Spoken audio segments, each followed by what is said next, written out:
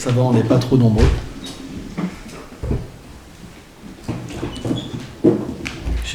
J'ai pas dit que je vous aime pas et que je considère que vous êtes là, mais on doit aussi honorer les lois et la confiance envers les uns et les autres. Ok. Donc aujourd'hui, on va lire un verset de la Bhagavad Gita.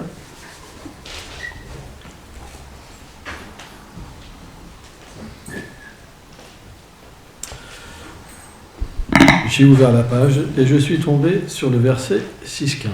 Donc on va répéter ensemble l'invocation Om Namo Bhagavate Vasudevaya. Donc cette invocation, elle se compose de 4 noms. Om Namo Bhagavate Vasudevaya. Et c'est toujours important de comprendre qu'est-ce qu'on fait. Le Om, c'est comme la vibration originelle du Om. En fait, c'est manifester toute la création. Elle est représentée sur 3 lettres, A-U-M. Le A représente le Seigneur suprême. Le U représente son énergie, donc Radharani, ou Lakshmi Devi, qui est l'épouse en fait du Seigneur. Et le M sont considérés comme tous les êtres vivants. Donc quand on chante le Om, on manifeste à l'intérieur de nous-mêmes le principe vital de l'existence. Ça veut dire qu'on est fait pour rendre un service divin au couple divin, qu'on n'est pas séparés des uns et des autres, etc., etc. Et le Om, c'est une invocation pour que la vérité, pour appeler la vérité absolue. Nama, Namo, Nama, ça veut dire un hommage. L'hommage, il est véritablement profond quand on rencontre quelque chose qui est supérieur à nous. Donc automatiquement, la prière, elle est faite pour se connecter avec le Seigneur suprême. Et comme le Seigneur a des qualités illimitées, on l'appelle Bhagavan. Et dans cette prière, ça va faire Bhagavate. Vasudevaya. Vasudev est un nom du Seigneur suprême. Donc on commence toujours par faire cette invocation avant de lire un écrit. C'est comme ça que nos maîtres spirituels nous ont appris les choses. Donc on continue leur enseignement à travers une pratique et à travers une transmission d'une pratique. De cette manière, on sait que puisque c'est des grands saints qui l'ont accompli et qui l'ont donné, on sait que ça plaît au Seigneur suprême. Donc on va invoquer le Seigneur à travers cette prière.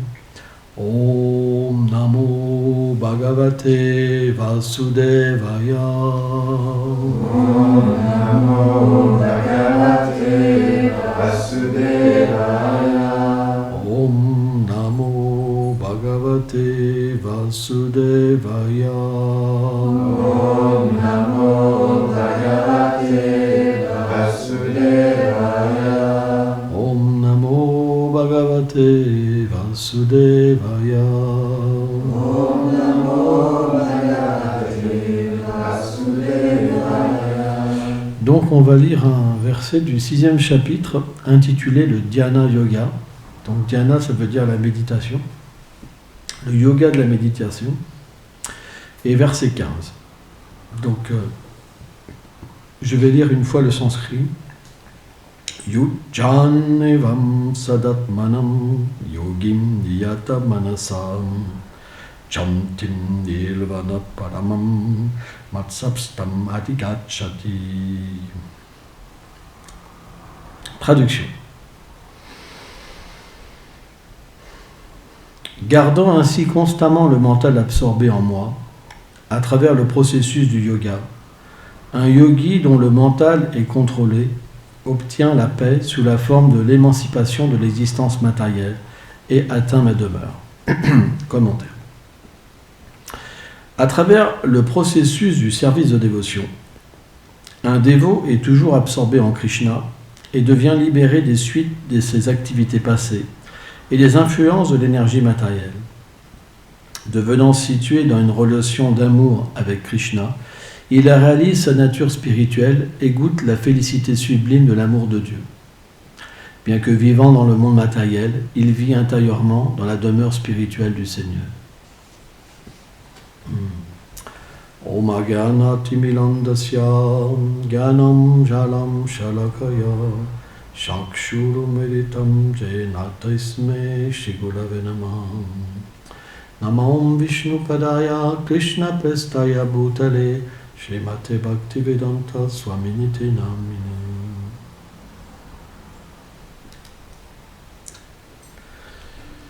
Le Seigneur est très miséricordieux. Mais quelle est la cause de sa miséricorde? Est-ce que c'est un profit? Est-ce qu'il va gagner quelque chose avec nous? Lui qui est sans limite, Amsapasaplabhava, lui dont tout émane, Om Purnamadam Purnamidam. Même ce qui émane de lui, il n'est pas à rien. Et pourtant tout est complet.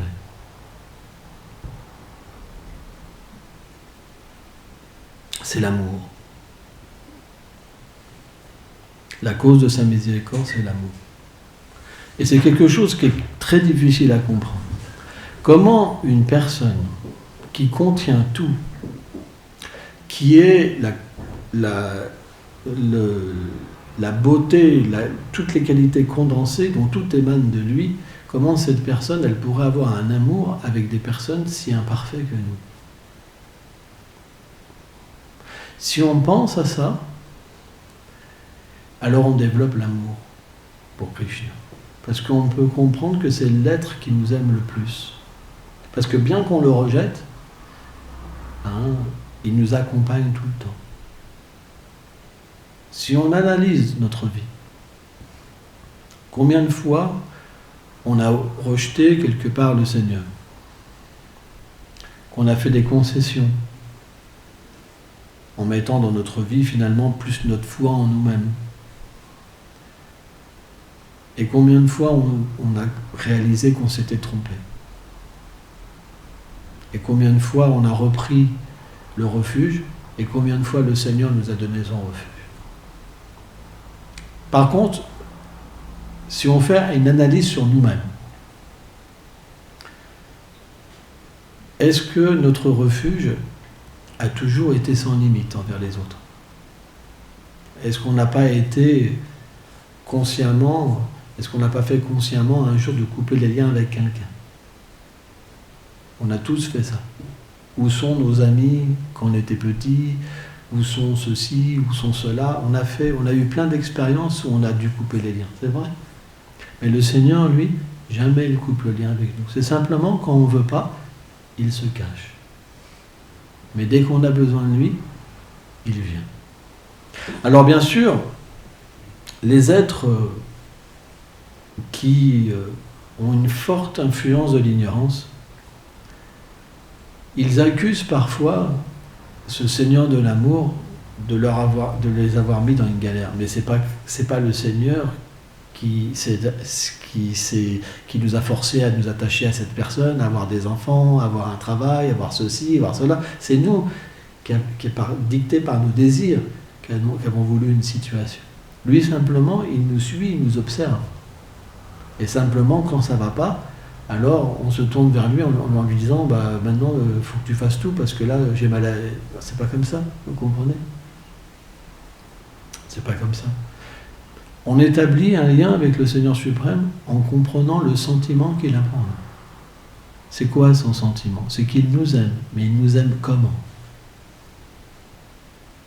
Avec ce corps qui dépérit à chaque instant. L'abbé Pierre, il disait, par exemple, c'est très facile de faire on appelait ça clochard à l'époque, maintenant c'est interdit le nom, clochard. Vous, simplement, pendant 3 jours, vous dites à une personne qu'elle ne se lave pas. Et là, vous allez commencer à comprendre l'odeur, les vêtements, et les gens qui vont commencer à s'écarter de la personne, etc., etc., etc., etc. Et toute la société, en fait, vous rejette. Je me rappelle, un jour, j'avais vu comme ça une personne rejetée dans le métro qui hurlait comme ça. J'en ai marre, toi, je te fous. Le truc vraiment heavy. Le gars, il avait vraiment la haine. Et il me regardait, il m'incendiait. Ouais. Et puis, moi, je restais passif et je le regardais. Toi. Donc, à un moment, il en a eu marre. Toi. Et puis, si on discute avec ces personnes-là, on se rend compte qu'ils sont perdus. Parce qu'ils avaient tout comme nous avant. Et puis, d'un seul coup, comme un krach boursier, ils ont tout perdu. Et cette haine, en fait, d'avoir été... d'une certaine manière, il la reporte sur les autres quand il les voit vivre dans l'opulence, etc., etc. Donc, on doit comprendre comment le Seigneur nous aime et pas voir le Seigneur par rapport à ce qui nous intéresse. C'est pour ça qu'on a besoin des informations, on a besoin de connaissances. Avec la connaissance, on comprend qu'au-delà des univers matériels, il y a une demeure éternelle. Et cette demeure, c'est notre droit. Donc on peut comprendre l'âme. L'âme, elle est Satchitananda. Elle a un corps d'éternité. En dessous de ces couches, il y a une personne qui a un corps éternel. Il y a une personne qui a une relation avec Dieu sous la forme de la connaissance. Et il y a une personne à l'intérieur de nous-mêmes qui a l'amour pour Dieu. Alors on se dit, mais pourquoi j'ai oublié? C'est parce qu'on ne veut pas de cette relation. Donc, les moments où on va souffrir, c'est des moments favorables. Parce que malheureusement, j'ai toujours vu ça, malheureusement, c'est souvent quand les gens souffrent, Artha, ceux qui souffrent, qui vont naturellement invoquer une clémence. Mais qu'est-ce que c'est cette souffrance? En fait, quand on agit dans ce monde, chaque action engendre une réaction. Donc si vous agissez pieusement, tout ça, ça génère du bonheur, de la fortune, un beau corps, une belle situation. Mais on ne peut pas agir parfaitement tout le temps. Sans ça, on serait dans le monde spirituel. Donc ça plante aussi des graines de malheur. Et à un moment, vous êtes heureux, et à un moment, vous êtes malheureux, à un moment, vous êtes heureux, malheureux. Mais si à un moment, vous rencontrez trop de graines négatives, vous vous enfermez dans un malheur il va être comme un étau. Et là, ça devient comme l'enfer. Parce que quoi qu'il se passe, vous avez simplement envie de quitter cette situation. C'est pour ça que les gens se suicident. Parce que ça devient tellement infernal que la mort est préférable à la vie. Et j'avais entendu un philosophe comme ça, j'avais écouté une émission, parce qu'on m'avait proposé une émission de radio, donc il m'avait dit, avant vous passiez à l'émission de radio, écoutez quelques spots, etc. Bon. Donc j'ai trouvé quelque chose d'intéressant. Il y a quelqu'un qui parlait du suicide. Et elle disait, vous savez, il y a des gens qui souffrent tellement, et il prenait l'exemple, par exemple, il y avait des personnes, par exemple, quand il y a eu les attentats le 11 septembre, il y a des personnes qui étaient dans une situation où ils ne pouvaient pas, prisonniers des flammes. Et donc, comme les flammes les brûlaient, même s'il y avait 30 ou 40 étages, ils préféraient sauter dans le vide, parce qu'il y avait quand même un espoir. Et bien le suicide, c'est la même chose. La souffrance, quand elle est trop dure, les gens qui n'ont pas de piété vont se suicider. Alors que les gens qui ont de la piété, ils vont se souvenir du Seigneur suprême. Madhvacharya explique ça. À ce moment-là, les gens qui ont eu des activités pieuses dans leur vie passée, quand ils souffrent, ça devient bénéfique pour eux. Pourquoi? Parce que naturellement, ils comprennent que cette souffrance, c'est une miséricorde. Parce qu'elle leur permet d'avoir cet abandon. Et comme le Seigneur réciproque avec l'abandon, avec la prière, avec la sincérité, de la même manière qu'on vient à lui, de la même manière il vient à nous, à ce moment-là, une personne, elle peut avoir une réalisation que le principe de Dieu, c'est un principe actif, c'est un principe personnel, c'est un principe d'amour, et qu'elle est aussi de notre nature. Donc à partir de là, quand le lien se fait, il y a une autre conception de sa réalité qui émerge en elle, et alors elle délaisse toute l'ignorance et tout ce qu'elle a vécu dans ses vies passées. Et elle se met en marche pour établir une autre vie, une autre existence. Et c'est ça la vie spirituelle. La vie spirituelle, pourquoi on dit que c'est une renaissance? Parce qu'elle va éveiller chez l'être sa nature véritable qui est l'âme. Ça veut dire qu'on va comprendre qu'on est différent du corps parce que le corps, on devra l'abandonner. Les liens qu'on a dans ce monde, on devra les abandonner. C'est juste qu'une question de temps. Donc une fois qu'on prend conscience de ça, c'est pas qu'on part dans une grotte et dans une, je sais pas, vous voulez qu'on abandonne tout, mais on va avoir une relation différente avec toute chose. C'est-à-dire qu'on va comprendre qu'on ne devrait pas avoir une relation simplement avec des objets pour notre plaisir, et que le Seigneur est dans mon cœur, parce qu'avant je ne le voyais pas, mais il apparaît dans ma vie, et que tout a une relation avec lui parce qu'il est présent dans chaque chose. Ça, c'est le plan dans ce qu'on appelle le paramatma. Et donc, à partir de là, on peut servir le Seigneur dans toutes les conditions. Et ce principe actif va purifier notre existence. Parce que plus on va agir pour lui, plus on va se libérer des conditions matérielles. Plus les influences de l'énergie matérielle vont lâcher leur emprise. Parce qu'en fait, l'âme conditionnée, elle devient emprisonnée par des influences tant qu'elle n'est pas abandonnée au Seigneur. Mais une fois qu'elle s'abandonne à travers un service d'amour, ça veut dire qu'elle dédie sa vie, même à travers son travail, à travers ses enfants, à travers la société, mais elle agit pour lui. À ce moment-là, elle va graduellement cesser son emprise. Et quand elle cesse l'emprise, l'être vivant réalise qu'il est l'âme. Donc, une fois qu'on agit pour le Seigneur suprême, il y a une purification de l'existence. Et cette purification, qu'est-ce qu'elle va faire? Elle va permettre de rendre visible de plus en plus la personnalité du Seigneur et notre réalité. En fait, chez Total Panam Marjanam, c'est juste des couches. Quand l'ignorance s'en va, on voit la réalité. Pourquoi des saints voient Dieu et que nous on ne le voit pas? C'est simplement des couches. Une fois que notre vie, elle est vraiment intérieure et que on a le désir d'avoir une relation avec le Seigneur est réciproque. C'est simplement ça la différence entre un saint et quelqu'un qui est dans l'ignorance. C'est qu'un saint, il a fait un pas, le Seigneur en a fait 10, après il a fait 10 pas, le Seigneur a fait 100 pas, et finalement il peut voir les choses telles qu'elles sont. Mais tout le monde peut avoir cette réalisation. Alors pourquoi tout le monde ne l'a pas? L'attachement, le pouvoir, il y a plein de causes. Il y a plein de causes. Et c'est pourquoi on a besoin du Seigneur suprême pour comprendre nos problèmes. Et les problèmes qu'on a, c'est pas voilà, faut que je me jette à la poubelle, voilà. Non, non. Par exemple, prenons une situation. Gorananda, il va me faire une grimace, par exemple. Il va me faire une grimace. Alors je peux te dire, attends, il ose me faire une grimace là. Je dis rien, mais vous voyez ce que je veux dire, ça commence à se déclencher en moi. Je dis rien, je dis attends là, Joe la grimace là, voilà. Donc on peut avoir une réaction très dure avec les autres. Mais cette réaction qui est dure, elle va nous amener à quoi? Un conflit et à souffrir. On va en souffrir. Ça va nous séparer des uns et des autres. Et au lieu de voir le royaume de Dieu, on va voir un champ de bataille et on va souffrir. Donc, quelqu'un qui est un peu intelligent, qu'est-ce qu'il va faire?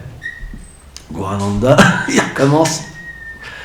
Et qu'est-ce que je vais me dire? Je vais dire, bon, ok, il a le pouvoir de me piquer quand même le faux ego, là, mais c'est pas une solution, parce que si je commence à me mettre en colère, je vais souffrir, c'est pas une bonne chose, etc. Donc, l'enseignement que je vais avoir, va me permettre de déclencher l'intelligence. Et le mental, lui, il en apprend bien. Lui, mais l'intelligence va dire, mais pourquoi tu agis comme ça? Pourquoi tu agis comme ça? C'est complètement idiot. Tu vas souffrir. Et puis lui, il fait ça, mais il est innocent quelque part. Il ne sait pas, c'est pas vraiment lui. Hein? Et donc l'intelligence va calmer le mental. C'est une intelligence divine, hein, c'est le Seigneur qui nous aide quand même. Hein. Et on va se dire, bon, c'est vrai, c'est tout à fait raison, je ne vais pas m'énerver, et je vais sourire à Gorlanda pendant qu'il me fait une grosse grimace. Donc Gorlanda, il a le choix. Soit il se met encore plus en colère en disant mais il se moque vraiment de moi, lui, hein, soit il se dit bah finalement il n'a rien contre moi, c'est nul ma démarche. Voilà. Donc le point, si nous voulons progresser dans la vie spirituelle, nous devons comprendre que si nous sommes la cause de conflit, la cause de séparation, on ne pourra pas voir le Seigneur suprême. Parce que le Seigneur est une cause de réconciliation. Hein? Simplement, il nous donne ce monde, parce qu'on désire l'indépendance, il nous donne ce monde qu'on appelle l'univers matériel, et il nous dit, ok, tu peux faire ce que tu veux être le créateur, ok. Voilà nos créations. Mais si vous regardez, tout ça, c'est fait pourquoi ? Pour l'oublier. Toutes les créations que nous avons faites, plus ou moins, hein, la plupart des gens, ils ne font pas des créations pour se rappeler du Seigneur suprême, mais ils font des créations pour oublier le Seigneur suprême. Donc on crée un monde pour l'oublier. Et ça marche. Surtout en France. Ça marche bien. C'est un bon business.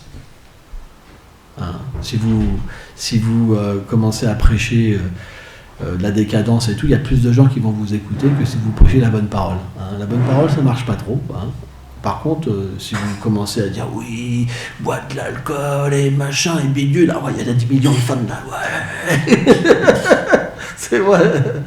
Hein, ça marche bien. Hein.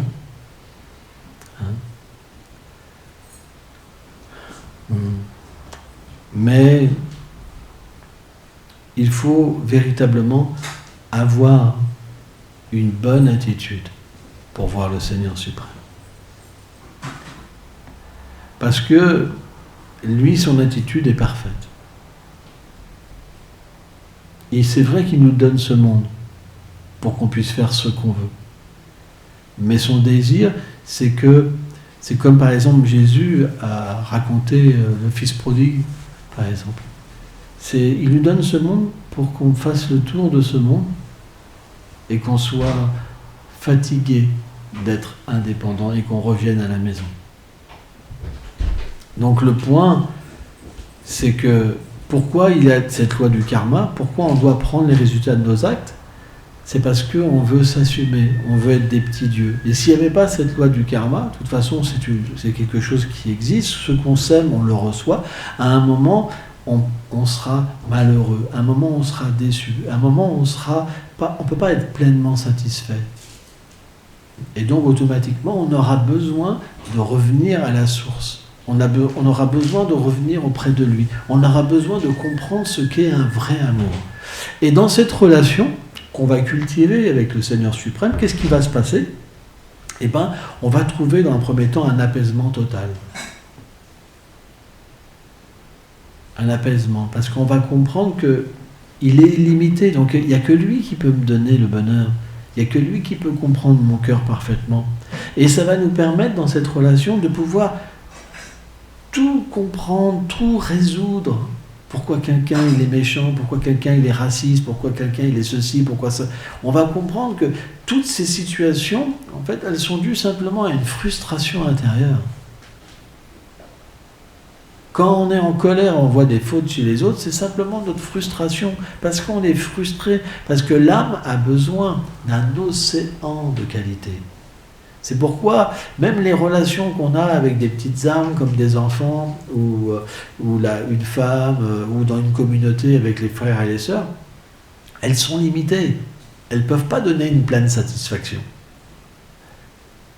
Donc, en cultivant cette relation avec le Seigneur suprême et cette relation d'amour, automatiquement, on va pouvoir... vous savez, c'est comme par exemple, si vous êtes immergé dans une félicité et qu'un tout petit truc vient vous toucher, vous n'allez même pas le sentir. Donc la relation avec le Seigneur, elle permet véritablement de libérer même, de la haine, de la jalousie, de toutes ces choses qui sont insignifiantes. Quand notre problème intérieur est résolu, On devient comme un docteur, on devient comme quelqu'un qui est soigné et on peut comprendre la maladie des autres. Mais tant qu'on n'est pas soigné complètement, c'est difficile. Parce que la maladie, elle peut ressurgir. Par exemple, tant qu'on n'est pas libéré, si quelqu'un nous fait une remarque, on va se mettre en colère. Alors des fois on craque pas, puis des fois on craque, et puis d'un seul coup c'est parti. C'est un océan de mauvaise qualité qui nous emporte. Et c'est très difficile. Donc on n'a pas le choix que d'accepter ce service d'amour et que de voir à travers les autres, voir le maître spirituel éternel qui est le Seigneur suprême. Donc quand quelqu'un vous fait du mal, quand quelqu'un vous critique, ne voyez pas un ennemi, mais voyez plutôt un ami. Voyez en fait le Seigneur suprême venu sous cette forme, parce que de toute façon c'est une réaction de vos actes, pourquoi la personne vient, c'est pas pour rien. Et le voyez comme une miséricorde, et là à ce moment-là, vous pourrez voir la situation d'une manière qui vous sera bénéfique. Il n'y a pas le choix. Ça, c'est des bases religieuses, c'est rien. Par rapport à notre philosophie, c'est rien. Mais si on n'a pas ces bases, le reste, ça ne sert à rien. Vous aurez beau entendre parler de la beauté du Seigneur suprême, comment le Seigneur captive les êtres, comment le parfum, entre dans le cœur des habitants éternels du monde transcendantal, et de quel effet ça fait son parfum, et tout ça, ça ne sert à rien. Si vous vous mettez en colère pour des broutilles, si vous accusez les gens alors que les gens finalement sont des innocents. Je prends toujours l'exemple de l'hôpital psychiatrique. Quand vous rentrez dans un hôpital psychiatrique, vous n'allez pas accuser les gens de mal se comporter parce que pour vous, ils sont malades. Vous comprenez? Mais en fait, on est tous malades. On est dans un monde de malades. Vous ne pouvez pas accuser les gens de malades de mal agir, c'est pas possible. Ils sont obligés de mal agir. Donc quand on est malade, on ne peut pas comprendre ça. Et qu'est-ce que c'est la maladie? La maladie, c'est être déconnecté de notre relation éternelle avec le Seigneur suprême. Donc quand cette relation, elle se manifeste, graduellement, on devient soigné. Et quand on devient soigné, on arrête de s'en prendre aux autres. Parce que tant qu'on s'en prend aux autres, on cultive la maladie. Vous n'avez pas remarqué ça? Dès que vous pensez mal de quelqu'un, l'ignorance recommence à vous prendre. Le goût pour la vie spirituelle s'en va. Il y a moins de goût pour chanter, il y a moins de goût pour faire le service, on est confus, on perd sa foi. Mais dès que, en fait, notre attitude est bonne, alors tout grandit. C'est pourquoi on doit faire un effort véritablement pour méditer sur le Seigneur suprême, sur notre relation avec le Seigneur suprême, et pas méditer sur les fautes des autres. Sans ça, tout sera gâché. Merci beaucoup.